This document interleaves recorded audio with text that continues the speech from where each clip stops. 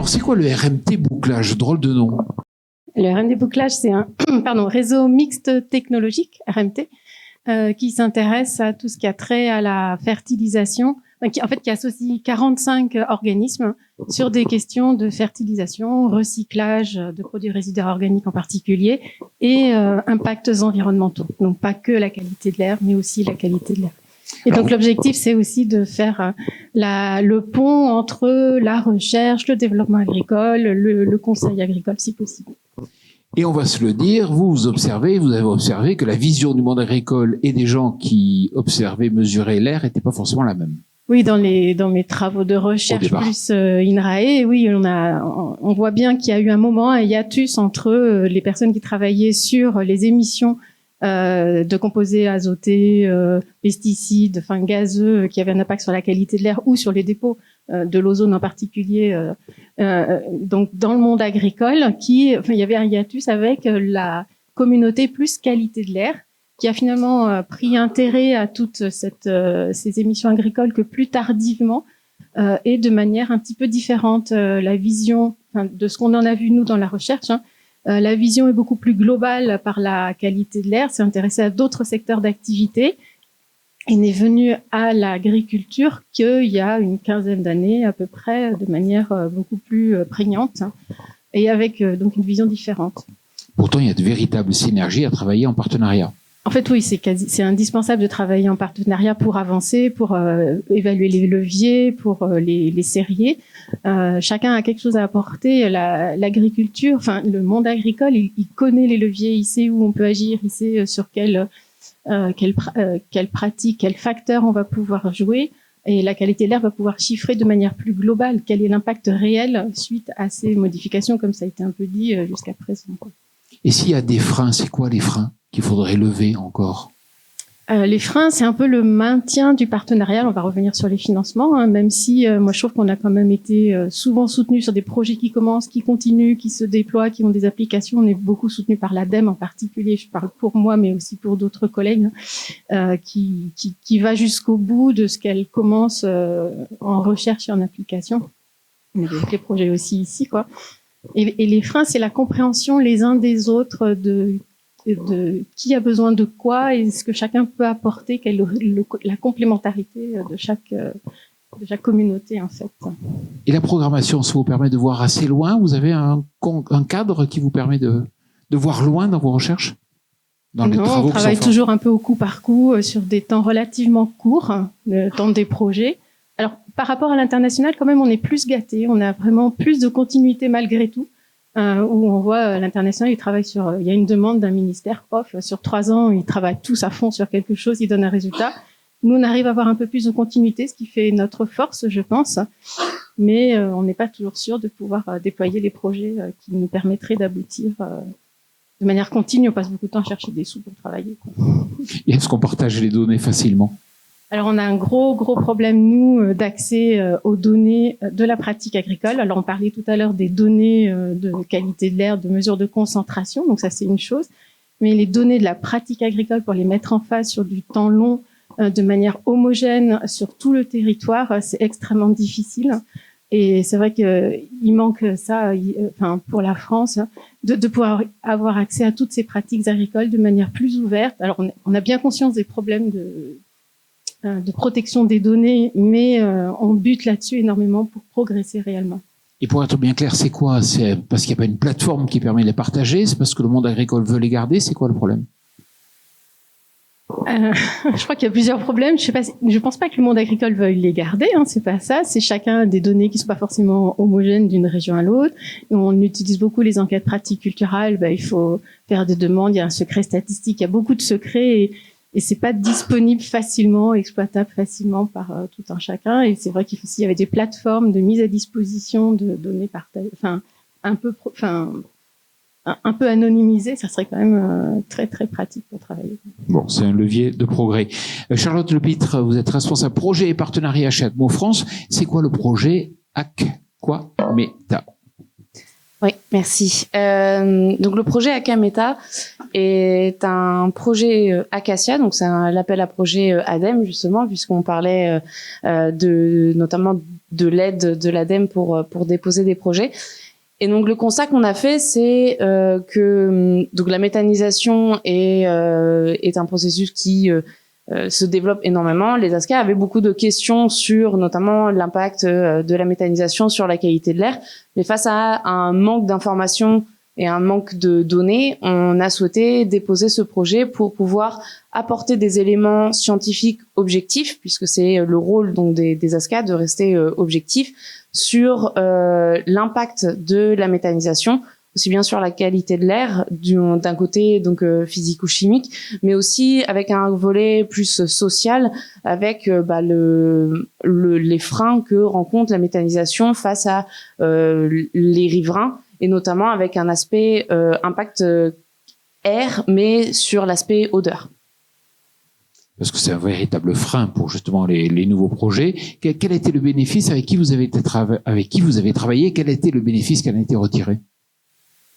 Donc c'est un projet en cours, donc on en tire les bénéfices encore actuellement, et on espère que avec les résultats on aura encore davantage de bénéfices. Mais ce projet, il était vraiment intéressant. On a regroupé des partenaires aussi bien au niveau national qu'au niveau régional. Donc au niveau national, on a formé un COPI, donc un comité de pilotage du projet, qui était assez divers, aussi bien avec l'ADEME, donc qui nous a permis de faire le projet, qu'avec GRDF, qui est une partie prenante intéressée par la méthanisation du fait de leur activité, mais également donc des associations environnementales. On a France Nature Environnement au comité de pilotage, et puis des structures donc de biométhane, le centre technique biogaz et de méthanisation, mais également un aspect sociologique. On a un sociologue qui est au comité de pilotage, et tout ça pour permettre d'avoir un autre œil aussi sur les travaux scientifiques que l'on peut faire. Et il y a également donc des partenaires régionaux. On retrouve certains membres du comité de pilotage national pour continuer à avoir un lien avec les acteurs sur le terrain qui sont importants. Donc on a au niveau régional des travaux qui sont faits avec les associations environnementales, France Nature Environnement ou d'autres, les chambres d'agriculture bien sûr, et d'autres partenariats notamment qui nous aident à trouver les unités de méthanisation qui seront concernées par le projet. Qui c'est qui freine ? Alors on a un frein principal. On reviendra pas sur les financements, parce que aujourd'hui là sur ce projet-là c'est pas vraiment ça qui nous a marqué. Mais alors c'est un projet qui se passe bien, mais on a un frein qui est du fait qu'on travaille sur un sujet sensible, sur un sujet aujourd'hui qui pose quand même beaucoup de questions. Et en fait ce sujet sensible soulève des inquiétudes auprès de certains acteurs du terrain, notamment certains élus ou alors des associés à des unités de méthanisation qui aujourd'hui refusent que l'on travaille sur telle ou telle unité. Donc voilà, c'était une difficulté qu'on avait déjà soulevée au moment du dépôt du projet, trouver les unités de méthanisation qui accepteraient qu'on travaille avec elles. Et aujourd'hui, ça s'avère être un risque avéré, puisque c'est un des freins principaux qu'on peut observer. À votre avis, quelle est la motivation de ces élus ? Pourquoi ils freinent ? Alors, c'est une excellente question, il faudrait leur poser. Honnêtement, nous, ce que l'on peut vraiment conclure, c'est le sujet est sensible, ça se passe sur leur territoire, c'est déjà compliqué, et donc on pense qu'il y a pas cette il y a trop de complexité, et c'est du fait de l'hypersensibilité du sujet, il peut y avoir certaines inquiétudes à être trop visibles en fonction des résultats potentiels qu'on peut trouver. Merci bien. Léa Lermier, vous êtes conseillère à la Chambre régionale d'agriculture des Hauts-de-France. Justement, ce projet Épandère, c'est un exemple de partenariat qui fonctionne.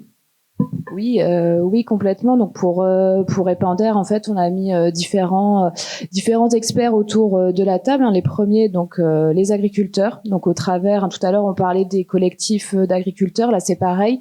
Il y avait un collectif qui a été intéressé par la thématique, qui avait envie d'approfondir le sujet. On s'est appuyé dessus. On s'est entouré d'Atmo Hauts-de-France, bien sûr pour l'expertise qualité de l'air. Aussi au niveau de la chambre, on a un service donc plus spécifique sur l'aspect technique des épandages. Également donc Arvalis, l'institut technique du végétal. Donc vraiment chacun expert dans son domaine pour pouvoir apporter vraiment des données concrètes, scientifiques à la problématique et surtout pouvoir échanger en direct avec les premiers concernés, les agriculteurs, et voir un petit peu ce qui était possible, comment était perçue la problématique. Donc il y a vraiment, il y a eu tout un travail d'échange et aussi d'appropriation du langage de l'autre. Parce que voilà, chacun est expert dans son domaine avec son propre langage technique, et on voit que ça peut être un frein et source de mauvaises interprétations, de mauvaises communications. Et l'idée de pouvoir échanger dans cette dynamique d'échange et de volonté de comprendre ce qui se passe chez l'autre, ça a permis vraiment d'avancer sur ce sujet et d'obtenir des résultats qui sont encore aussi valorisés aujourd'hui et qui vont encore l'être dans le futur. Et là aussi, même question, qui manque autour de la table? Alors après, ça dépend les projets. Je sais qu'actuellement, on a des projets avec d'autres organismes de recherche, par exemple l'IMT Nord-Europe de Douai. On a de plus en plus de collectivités aussi qui nous sollicitent dans le cadre de leur PCAET. Pour travailler du coup des actions qualité de l'air avec le monde agricole. On échange aussi régulièrement avec les services de l'État pour justement travailler cette problématique en accord avec la réalité du terrain pour finalement que les actions soient efficaces et tombent pas à côté.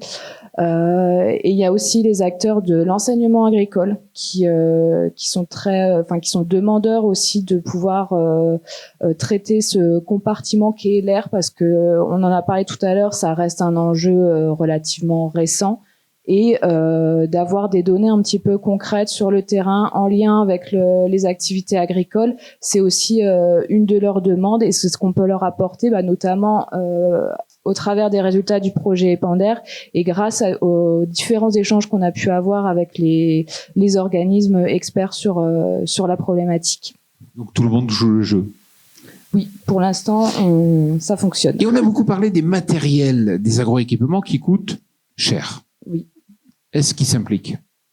Alors nous, au niveau donc c'est vrai que le matériel, on en a parlé tout à l'heure, ça a un coût, et c'est pas juste en économisant l'azote, en évitant qu'il parte dans l'air, qu'on va pouvoir financer ce matériel. Donc il y a un vrai intérêt sur cette question. On l'a vu aussi au niveau du plan de relance, quand il y a eu du financement pour du matériel, ça a été très vite consommé.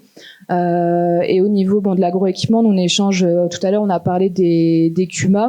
Il y a des journées de démonstration qui sont organisées en partenariat avec la chambre. Il y a des échanges, des formations techniques sur spécifiquement ce sujet de la qualité de l'air. Donc c'est vrai que là-dessus, il y a de plus en plus de passerelles qui sont créées, qui s'enrichissent en fait au fur et à mesure, quoi. Et est-ce qu'on peut espérer de la robotique un appui justement dans le futur?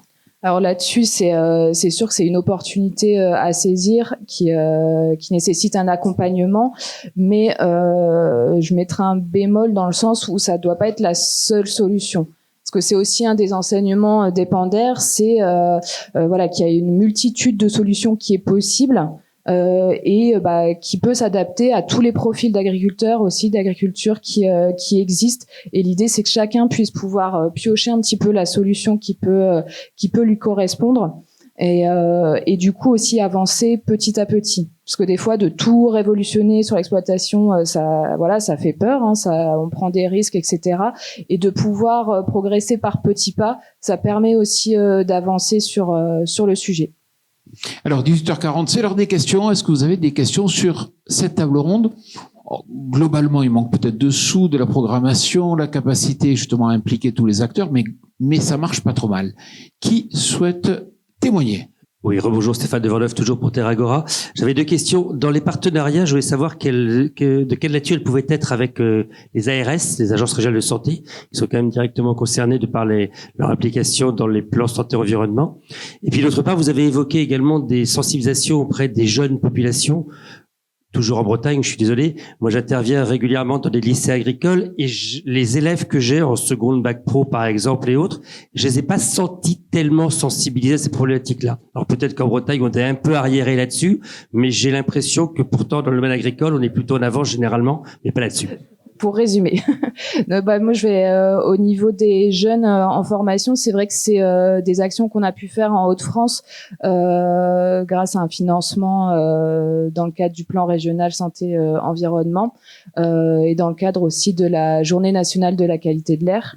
Donc, on a proposé cette intervention de 2 heures dans les formations agricoles, et c'est vrai qu'on s'est rendu compte que les échanges prenaient assez facilement et que les élèves étaient vraiment intéressés et du coup ils avaient aussi confiance dans ce qui était amené parce qu'il y avait une caution scientifique, il y avait la chambre d'agriculture, il y avait Atmo, enfin voilà, c'était quelque chose à l'heure actuelle, où on a accès à énormément d'informations et il faut savoir faire le tri, c'était aussi un des plus qui était avancé. Et là-dessus, moi, à chaque fois qu'il y en a eu, ça fait 2 ans maintenant qu'on en fait dans les Hauts-de-France, et à chaque fois, il y a eu des échanges super intéressants. Sur la première question. Je vais revenir aussi sur les ARS parce que les ASCA ne sont pas agréés santé, certes, mais travaillent de manière très fréquente avec les ARS. Si elles sont pas partenaires directs du projet que je viens de mentionner là, elles sont mises au courant, elles sont informées. Il y a des échanges assez réguliers, donc le lien entre les ASCA et les ARS sont assez forts. Également, donc là sur le projet Akameta, il n'y a pas eu un aspect directement de travail avec les lycées agricoles ou avec la jeunesse directement. Par contre, on y pense en tant que indicateur de succès des projets que l'on a pour favoriser l'information et ensuite potentiellement les interventions, notamment en lycée agricole, parce que les ASCA le font également.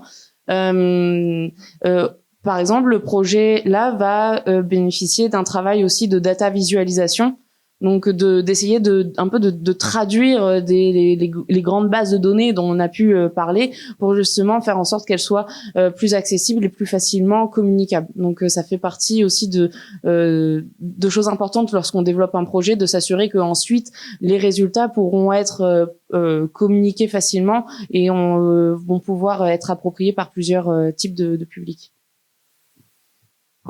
Oui. Ouais, juste si on parle d'enseignement, alors moi je connais plus l'enseignement dans le supérieur, la qualité de l'air, l'agriculture qualité de l'air est rentrée depuis un certain temps et est enseignée de manière régulière avec les aspects santé aussi qui sont déployés, développés quoi. D'accord. Une question, une remarque, un témoignage. Vous avez parlé des méthodes d'abattement des émissions d'ammoniac, notamment donc on a évoqué couverture de fosse et puis pandillard enfouisseur. On n'a pas trop parlé des délais d'incorporation des engrais post-épandage. Donc je voulais savoir pourquoi on n'en a pas trop parlé. Est-ce que c'est un levier qui est difficile à mettre en avant, de raccourcir les délais post-épandage? Alors, je sais pas pourquoi on n'a pas parlé, parce que c'est une question qui est quand même relativement centrale dans tout un tas de discussions et dans des projets aussi, et différents projets qui ont été menés ont pu montrer, soit avec des mesures, soit avec des analyses de modélisation, que plus on pouvait intervenir tôt et plus on était efficace, puisque la volatilisation est un processus qui est très rapide et qui s'atténue assez vite, c'est sur quelques jours à quelques semaines seulement, et que cet effet était différent selon la météo qui arrivait bien sûr, et aussi selon les produits qu'on épand. Sur certains produits, s'ils sont volatilisés en 4 heures, on va pas incorporer après 4 heures. Alors que d'autres, s'ils volatilisent bien sur 3 semaines, une incorporation même un tout petit peu retardée n'est pas trop grave là-dessus. Donc, en particulier, le projet Polka, qui est un peu un projet parallèle au projet Epander, mais à une échelle plus nationale, et qui fait plus appel à des modèles plus théoriques que en prise avec la pratique agricole, à quantifier les effets des différents délais selon les régions, selon les engrais, selon les moments où cela est pratiqué. Donc, c'est quelque chose de très important. Charlotte. Je pense que juste les interventions sont courtes et que mais je peux vous assurer que c'est une mesure qui est bien documentée et qui est bien en tête, et notamment nos intervenants de la table ronde précédente c'est sûr la connaissent bien, et c'est quelque chose qui est étudié. Et après c'est vrai que la faisabilité en fonction des exploitations agricoles font que c'est une mesure sur laquelle l'échange avec les agriculteurs sont importants pour s'assurer que ça puisse être mis en place. C'est une organisation. C'est l'organisation. Ouais, ça coûte rien. On peut le faire. Sauf s'il faut recruter des personnes en plus pour le faire. Donc ça peut coûter un peu. Mais c'est quand même aussi dans le prépa, il me semble. Alors je ne sais plus. C'était un des leviers, c'était de rapprocher ces délais pour différents cas. Une autre question, un témoignage, une remarque. Allez-y, madame. Je vous donne le micro. Merci, Sophie Agas, UNIFA. Union des industries de la fertilisation. Donc on a beaucoup parlé d'organique et tout à l'heure il a été évoqué sur le cas de la Bretagne également les leviers d'action au niveau des engrais minéraux.